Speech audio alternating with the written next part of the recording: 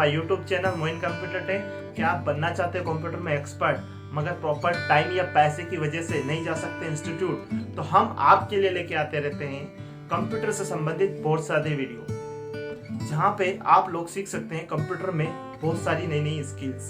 तो हम लोग का अभी एक सीरीज चल रहा है माइक्रोसॉफ्ट एक्सेल का, उसका आज तीसरा क्लास है। तीसरी क्लास में हम बढ़ेंगे एक्सेल में स्टेप बाय स्टेप आगे।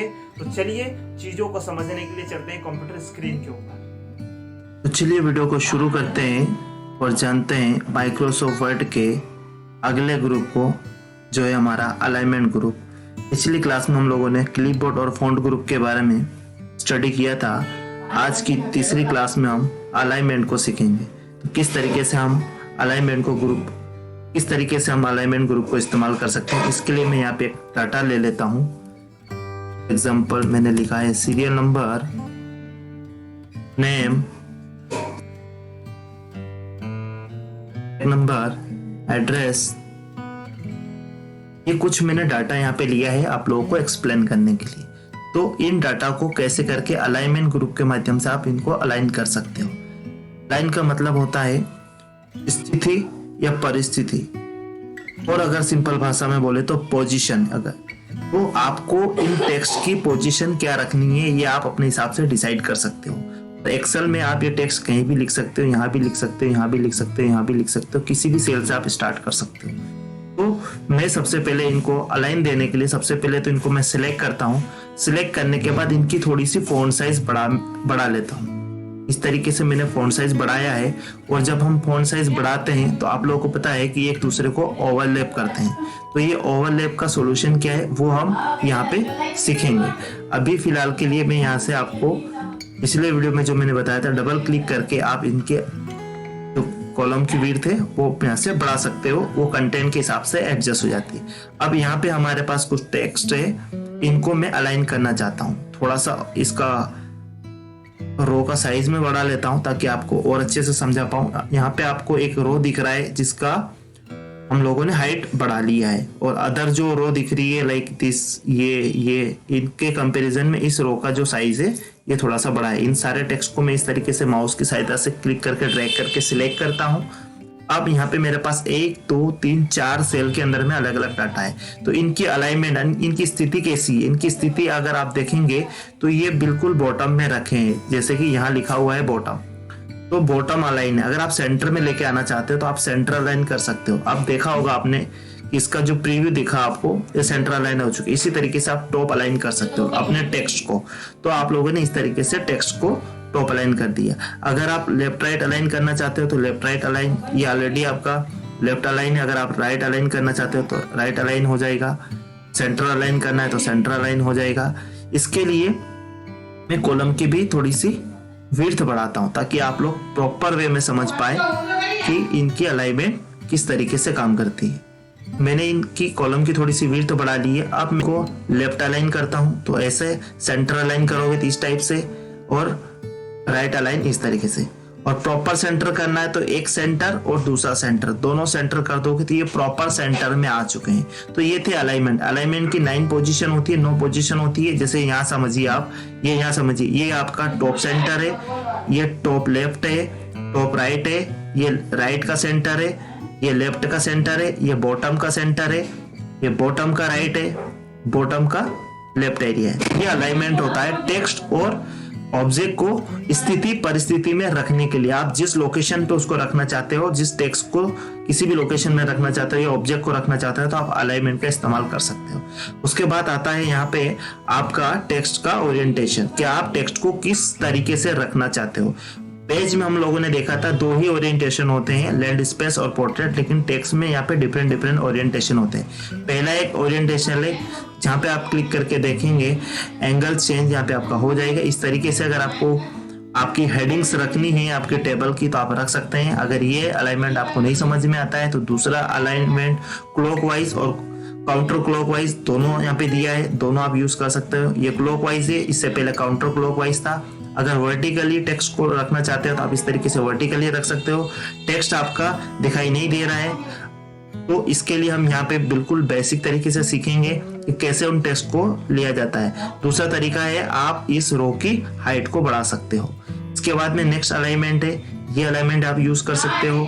नेक्स्ट अलाइनमेंट जो है वो आप रोटेट वाला इस्तेमाल कर सकते हो, यानी कि ये फ्लिप हो चुके हैं, रोटेट हो चुके हैं। और ये है जो सेल अलाइनमेंट है, आप ये अलाइनमेंट भी अपने अंदर में लगा सकते हो और यहाँ से आप अपने हिसाब से एंगल एडजस्ट कर सकते हो कि किस एंगल में आपको टेक्स्ट को अलाइन रखना है। तो मैं इतना एडजस्ट कर लेता हूँ और यहाँ से जब क्लिक करता हूँ तो मेरा टेक्स्ट इस तरीके से अलाइनमेंट हो गए। तो ये भी एक अलाइनमेंट है अपना टेक्स्ट का, जहाँ पे आप हेडिंग बनाने में काम आते हैं। इसके बाद में ये इंडेंट है, आप टेक्स्ट को लेफ्ट से राइट और राइट से लेफ्ट की ओर मूव करा सकते हो। तो इसका इस्तेमाल जब आप करो, इसके लिए टेक्स्ट सिलेक्ट होना चाहिए, तब जाके ये चीजें आपके लिए काम करती है। तो इसको इधर उधर आप एडजस्ट कर सकते हो। ये मैंने लेफ्ट अलाइन किया है, अगर उसको राइट में एडजस्ट कराना है तो इस तरीके से आप इस पर क्लिक करिए तो ये राइट की तरफ मूव ऑन करेंगे, और लेफ्ट की तरफ करना है तो लेफ्ट की तरफ मूव ऑन करेंगे। तो बहुत अच्छी तरीके से इन सारी चीजों का हम लोगों ने यूजेस सीखा। अब इन दोनों चीजों का क्या यूजेस है, रैप टेक्स्ट का क्या काम है। रैप टेक्स्ट का काम है, सपोज दैट यहाँ पे एक छोटा सा सेल है, यहाँ पे कुछ भी रेंडमली में टेक्स्ट लिख लेता हूँ, तो ये टेक्स्ट मेरे क्या कर रहे हैं, दूसरे सेल को ओवरलैप कर रहे हैं, यानी कि दूसरे सेल पे जा रहे हैं, दूसरे सेल के अंदर नहीं जा रहे, दूसरे सेल के ऊपर जा रहे हैं।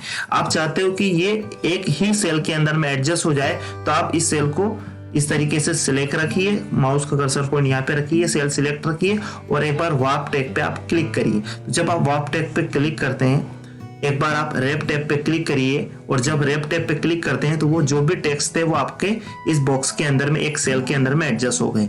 इसके बाद आगे कंटिन्यू अगर आप सेल को लिखते हैं तो ये आपका एडजस्ट होता जाएगा ऑटोमेटिकली। कैसे आप अपना रैप टेक्स्ट का इस्तेमाल कर सकते हो।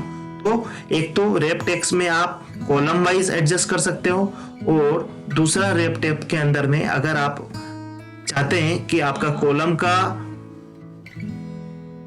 विड्थ बढ़ जाए तो आप डबल क्लिक कर सकते हो, आप चाहते हो रो का हाइट बढ़ जाए तो आप रैप टेक्स्ट पे जाके क्लिक करके यहाँ से यूज कर सकते हो। इसी तरीके से अगर एक टेक्स्ट और मैं यहाँ पे लिख लेता हूँ, कुछ मैंने इस तरीके से टेक्स्ट लिखा है, और यहाँ जाके अलाइनमेंट ग्रुप के नीचे वाले सेक्शन में जाके मैं एक बटन है यहाँ पे क्लिक करता हूँ अगर, तो जब आप ऊपर आपका सिलेक्ट होना चाहिए, तो यहाँ इस तरीके से इसको देखने के लिए आप यहाँ पे अलाइनमेंट के नीचे सेक्शन पे एक बटन होता है, जब आप इस पे क्लिक करोगे और श्रिंक करेंगे तो श्रिंक में क्या होगा, श्रिंक के अंदर में आपका जो टेक्स्ट है वो छोटा हो जाएगा, उसकी फॉन्ट साइज छोटी हो सकती है और आपको एक ही सेल के अंदर में एडजस्ट हो जाएगा। तो आप इस तरीके से भी एडजस्ट कर सकते हो, रैप टेक्स्ट में भी एडजस्ट कर सकते हो, या फिर यहाँ पे डबल क्लिक करके भी एडजस्ट कर सकते हो। लेकिन ध्यान रहे डबल क्लिक करते समय ये सिंबल आना बहुत जरूरी है। तो बहुत सारे ऑप्शन है आपको टेक्स्ट को रैप करने के लिए, तो ये भी आपको समझ में आ चुका है। उसके बाद में हम समझते हैं मर्ज सेंटर, जहाँ पे हमको 3 से 4 ऑप्शन मिलेंगे। सबसे पहले मिलेगा मर्ज and centre. Merge and centre का मतलब होता है, सपोज दैट यहाँ पे ये 1 2 3 4 कॉलम है, इन 4 कॉलम के अंदर में मैं कुछ लिख लेता हूँ। एग्जांपल के लिए लिखा मैंने मोइन, और मोइन को मैंने एक ही सेल के अंदर में लिखा, लेकिन इस तरीके से मैं सिलेक्ट करते हुए मैं मोइन के साथ साथ में 3 से 4 सेल और सिलेक्ट कर लेता हूँ, और मैं चाहता हूँ इन चारों सेलों को मैं अलाइन करूं, सेंटर अलाइन, और ये मेरा जो टेक्स्ट है ये सेंटर में आ जाए और ये मर्ज भी हो जाए। मर्ज का मतलब होता है 2 या 2 से अधिक रो, कॉलम या सेल को एक करना। तो हम यहाँ पे 4 सेल को एक करेंगे, और सेंटर मतलब जो टेक्स्ट हमारा लिखा है वो सेंटर में आ जाना चाहिए। तो इस तरीके से जब यहाँ क्लिक करते हैं तो मर्ज एंड सेंटर पे जब आप क्लिक करेंगे तो आपका मोइन जो टेक्स्ट है वो बीच में आ जाए। इसी तरीके से आप कोई भी किसी भी फॉर्मेट को आप मर्ज एंड सेंटर कर सकते हो। मर्ज एंड सेंटर करोगे तो जो भी आपके सिलेक्टेड सेल रहेंगे वो एक हो जाएंगे, और वो टेक्स्ट आपका अंदर में आ जाएगा। अब इस जो टेक्स्ट लिखा है इसका अलाइनमेंट आप यहाँ से चेंज कर सकते हैं इस तरीके से, जो अभी जस्ट 2 मिनट पहले हम लोगों ने सीखा है। इस तरीके से आप अलाइनमेंट चेंज कर सकते हैं। इसके बाद में बढ़ते हैं आगे, मर्ज एक्रॉस। मर्ज एक्रॉस मतलब क्या होता है, सपोज दैट मैंने यहाँ पे लिखा है 1, यहाँ पे लिख लेता हूँ मैं 1, इसके जस्ट नीचे लिखा मैंने 2, इसके जस्ट नीचे लिखा 3, और मैंने क्या किया, यहाँ पे 2 से 3 सेल को मैंने सिलेक्ट कर लिया। 2 से 3 सेल मैंने सिलेक्ट किए, यहाँ पे मैंने 2 से 3 कॉलम सिलेक्ट कर लिए हैं, 3 रो और 3 कॉलम सिलेक्ट है। और जब मैं मर्ज एंड सेंटर पे जाकर करता हूं जब मैं मर्ज एंड सेंटर पे इस डॉट पे जाके क्लिक करता हूं तो मर्ज अक्रॉस जब मैं करता हूं तो यहाँ पे आपने देखा कॉलम जो थे वो एक हो चुके हैं, मर्ज हो चुके हैं, रो यहाँ पे मर्ज नहीं हुई है। क्यों? क्योंकि हमने मर्ज अक्रॉस किया है। तो अगर आप चाहते हो कि सिर्फ आपके कॉलम मर्ज हो, रो ना हो, जो डाटा है वो बिल्कुल एज इट इज रहे, तो आप इस तरीके से मर्ज अक्रॉस का इस्तेमाल कर सकते हो। और ये हमारे नंबर इस लोकेशन में इसलिए आए क्योंकि हमारा ये वाला अलाइनमेंट लगा है। अगर आप इसको सेंटर अलाइनमेंट करेंगे तो इस तरीके से, देन ये अलाइनमेंट लगा देंगे तो ये सेंटर में आ जाएगा। साथ साथ में नेक्स्ट जो टॉपिक है हमारा सेल मर्ज। सेल मर्ज का मतलब, सेल हम अच्छे से जानते हैं, ये एक सेल है, ये भी एक सेल है, ये भी एक सेल है, ये भी एक सेल है, यानी कि इस टेबल के अंदर में जहां भी एक बॉक्स बना हुआ है वो हर एक बॉक्स एक सेल है। मैं चाहता हूं कि ये सारे सेल एक हो जाए, यानी कि अभी ये टोटल 1 2 3 4 और 5 सेल है, और पांचों सेलों को अगर आप एक करना चाहते हो तो सेल मर्ज पे आप क्लिक करोगे तो इस तरीके से ये पूरा एक सेल बन चुका है। इसी तरीके से आप जो भी चाहें, जितने भी डाटा चाहें, इस कॉलम, इतने कॉलम की जो सेल है इनको आप मर्ज करना चाहते हैं तो आप मर्ज सेल पे क्लिक कर सकते हैं। तो इस तरीके से आप मर्ज कर लोगे। आप चाहते हो कि जो आपने मर्ज किया उसको अनमर्ज करना है, यानी कि जो कंट्रोल Z से काम होता है अनडू, इसी तरीके से ये अनमर्ज कर देगा। तो ये वापस से अनमर्ज हो चुका है ये वाला कॉलम। तो आपने अनमर्ज सीखा, मर्ज सीखा। मर्ज और अनमर्ज के यूजेस क्या होते हैं ये हम आगे में बड़ी बड़ी टेबल बनाने में हम उसको सीखेंगे, लेकिन आज इसका हम लोगों ने क्या यूज है ये सीखा। मर्ज कैसे किया जाता है, अनमर्ज कैसे किया जाता है, मर्ज अक्रॉस क्या होता है, मर्ज सेंटर क्या होता है, सेंटर में हमारा टेक्स्ट बीच के अंदर में आ जाता है। तो इस तरीके से इन सारे टूल को हम इस्तेमाल कर सकते हैं अपने डॉक्यूमेंट्स को, अपनी सीट को तैयार करने के लिए। तो उम्मीद है आपको समझ में आया होगा। अगर वीडियो अच्छी लगी है तो प्लीज वीडियो को लाइक करिए, शेयर करिए, कमेंट करिए और चैनल को सब्सक्राइब कर लीजिए, बेल आइकन को प्रेस कर लीजिए ताकि जब भी अगली क्लास का वीडियो अपलोड हो उसका नोटिफिकेशन सबसे पहले आप लोगों को मिले और आप उस वीडियो को मिस न करें। तो चलिए लेते हैं आप लोगों से विदा, मिलते हैं किसी अगली क्लास के अंदर में। तब तक के लिए wish you all the best, thank you and take care.